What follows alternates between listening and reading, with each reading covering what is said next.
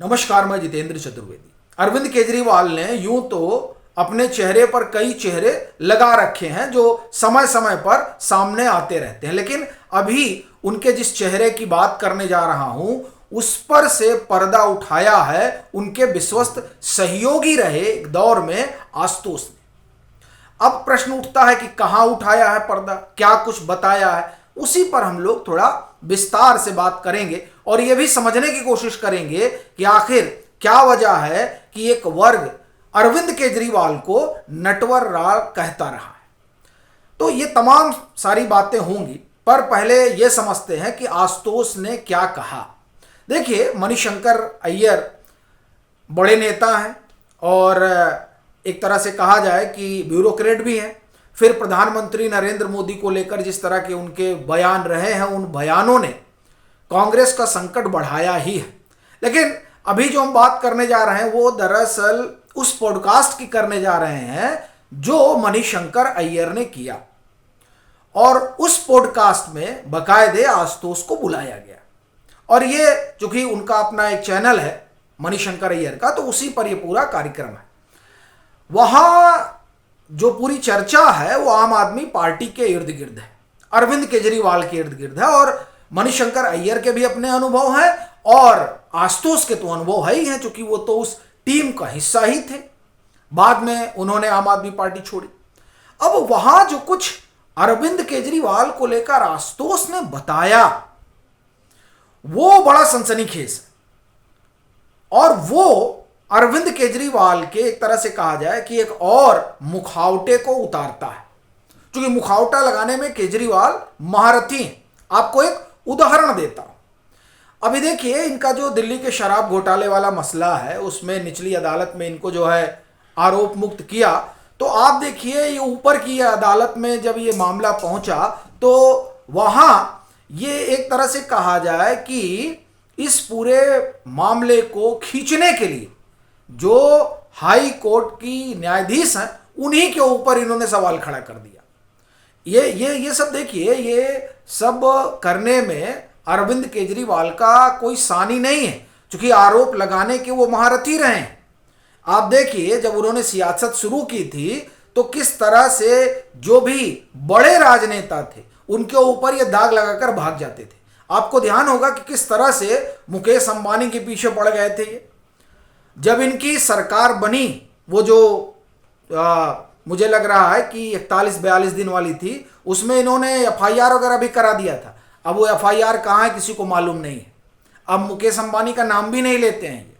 तो ये इनके कई चेहरे, तो उन्हीं आप ये कहें कि चेहरों और मुखावटों पर से एक का पर्दा आशुतोष ने उतारा। वो दरअसल मसला इस बात को लेकर था कि आखिर में कैसे अचानक जो है अरविंद केजरीवाल जो है हिंदुत्व के अलंबरदार बन गए। इसी को लेकर मणिशंकर अय्यर ने सवाल पूछा। आशुतोष ने कहा कि मैं तो लंबे समय तक रहा हूं उनके साथ, लेकिन ये जो उन्होंने वो हनुमान जी की पूजा करने लगे और अचानक जो है गुजरात के चुनाव में वो कहे कि नहीं, गणेश लक्ष्मी का नोट पर जो है वो तस्वीर होनी चाहिए, ये सब जो उन्होंने स्वांग रचा, ये स्वांग दरअसल कुछ और नहीं क्या था, वोट बैंक की पॉलिटिक्स थी। यानी जो वो देख रहे थे कि जो हिंदुत्व की बयार चल रही है उस बयार में अपनी फसल काटने के लिए वो सियासी हिंदू बन गए थे। ये बात एक तरह से कही जाए कि मतलब आशुतोष ने ये नहीं कहा कि वो सियासी हिंदू बन गए थे, लेकिन वो जो कहना चाह रहे थे उसका मतलब यही है। उन्होंने यही कहा कि देखिए, मैं तो खुद चौंका कि साहब ये क्या कर रहे हैं।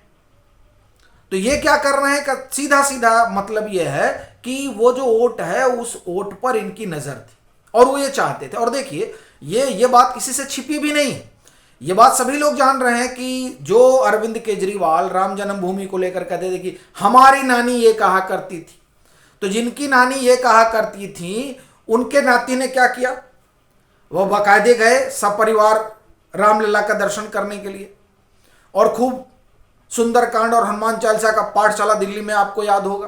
तो ये सारा जो स्वांग है वो क्यों रचा गया, ये किसी से छिपा नहीं था। लेकिन जब कोई करीबी इस तरह की बात बताता है तो चीजें जो हैं वो और स्पष्ट हो जाती हैं कि किस तरह से रंग बदलते हैं केजरीवाल। यही नहीं, एक किस्सा मणिशंकर अय्यर ने भी सुनाया।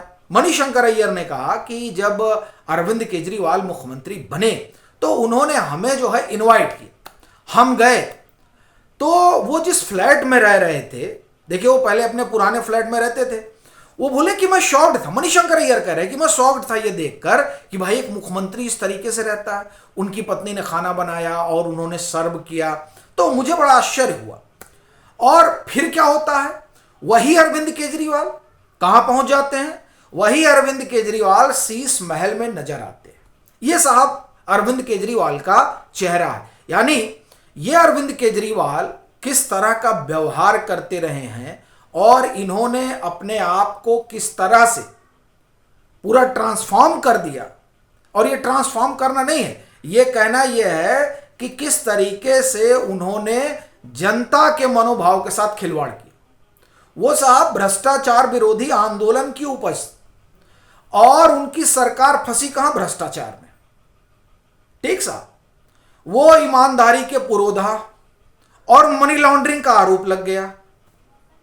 ये स्थिति हुई अरविंद केजरीवाल के साथ। और बड़ी बात यह है, देखिए एक बड़ा वर्ग है जो वाकई में अरविंद केजरीवाल के साथ जुड़ा था, आज वो हताश है, आज वो निराश है, आज वो अरविंद केजरीवाल को लेकर बहुत हतोत्साहित है। और खास तौर से वो लोग जो नए तरह की पॉलिटिक्स की वजह से केजरीवाल से जुड़े थे।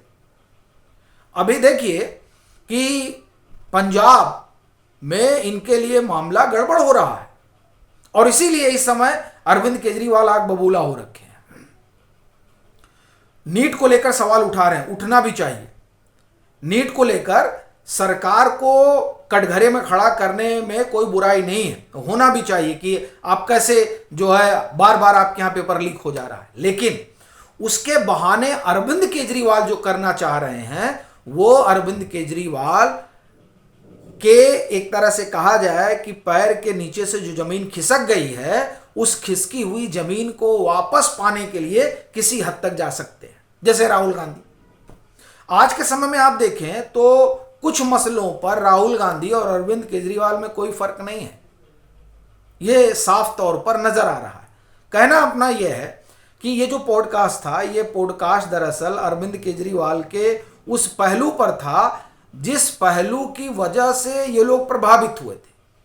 और फिर उसमें ये आया कि कैसे ये सियासी हिंदू बन गए और फिर कैसे जो है ये एक कमरे से जो है पहुंच गए कहां, शीश महल तक।